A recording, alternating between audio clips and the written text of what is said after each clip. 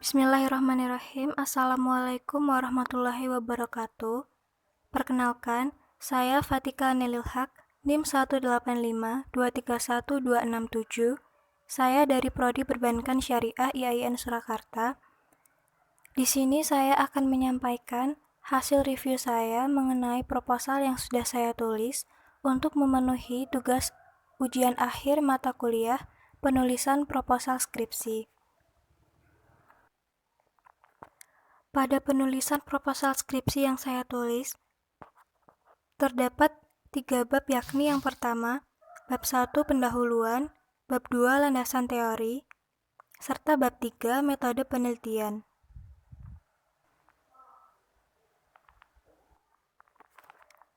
Judul yang saya gunakan yakni pengaruh cybercrime terhadap tingkat kepercayaan penggunaan produk m-banking. Alasan saya mengangkat tema tersebut tertuang pada latar belakang yang terdapat pada bab 1. Latar belakang. Pada era digital ini, bank semakin mobile dengan akses di mana dan kapan saja dari hasil kemajuan teknologi dan informasi. Salah satu layanan yang lahir yakni m-banking, di mana dapat digambarkan sebagai sekumpulan layanan perbankan yang ditawarkan melalui perangkat seluler, di mana nasabah dapat melakukan hampir semua transaksi tanpa partisipasi karyawan bank.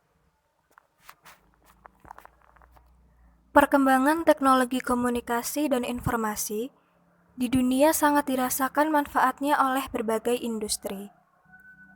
Perbankan merupakan usaha kecil menengah atau UKM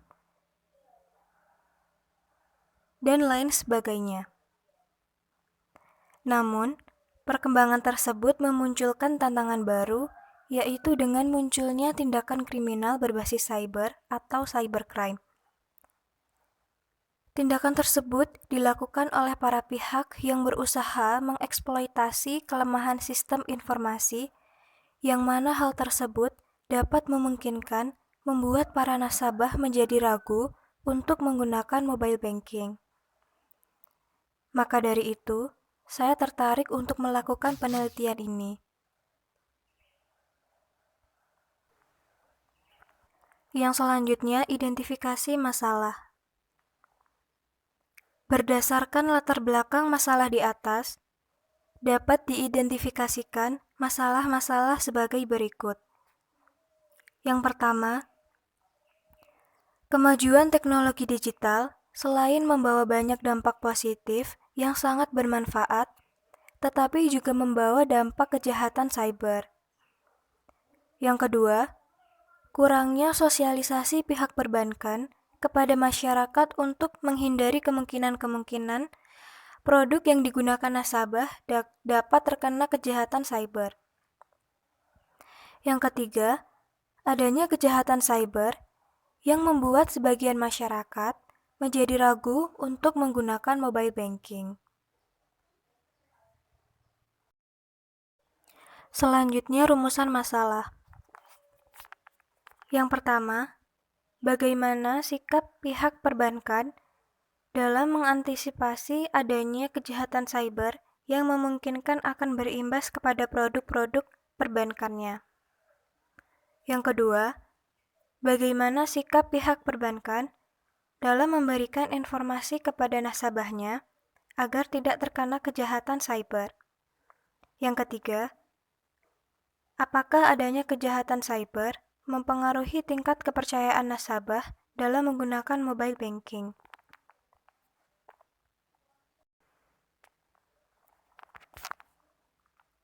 Jenis penelitian. Jenis penelitian yang digunakan peneliti adalah penelitian kuantitatif. Metode kuantitatif dapat diartikan sebagai metode penelitian yang berdasarkan pada filsafat positif. Digunakan untuk meneliti pada populasi dan sampel tertentu. Teknik pengambilan data menggunakan instrumen penelitian, analisis, dan bersifat kuantitatif atau statistik dengan tujuan menguji hipotesis yang telah ditetapkan.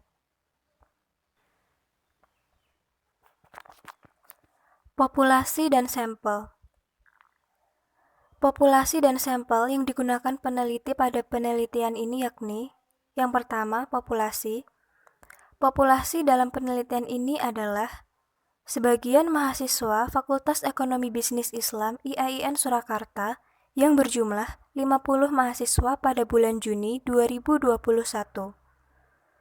Sedangkan sampel dalam penelitian ini adalah sebagian dari populasi dalam penelitian, yaitu sebanyak 50 responden.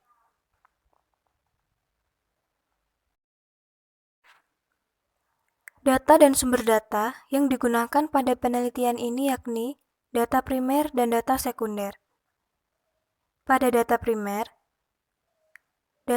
dalam penelitian ini diperoleh secara langsung dari survei yang dilakukan oleh peneliti, di mana survei ini dilakukan dengan membagikan kuesioner untuk mengetahui tanggapan responden mengenai variabel cybercrime dan mobile banking. Pada data sekunder adalah data yang diperoleh dari sumber data kedua sesudah data primer. Dalam penelitian ini, data sekunder yang digunakan adalah buku, skripsi, jurnal, dan lain sebagainya.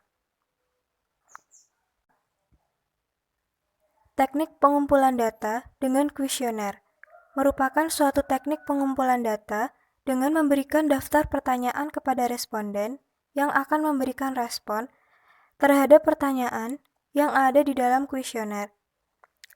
Yang kedua, observasi adalah suatu cara pengumpulan data dengan mengadakan pengantaran langsung terhadap suatu objek dalam suatu periode tertentu dan mengadakan pencatatan secara sistematis tentang hal-hal yang telah diamati. Yang ketiga, yakni wawancara. Wawancara adalah teknik pengumpulan data dengan mengajukan pertanyaan langsung oleh pewawancara kepada responden dan dicatat atau direkam. Teknik analisa data. Teknik analisis yang digunakan dalam penelitian ini yakni kuantitatif, yakni penelitian ilmiah yang sistematis terhadap bagian-bagian dan fenomena serta kausalitas hubungan-hubungannya. Tujuan penelitian kuantitatif adalah mengembangkan dan menggunakan model-model matematis, teori-teori, dan atau hipotesis.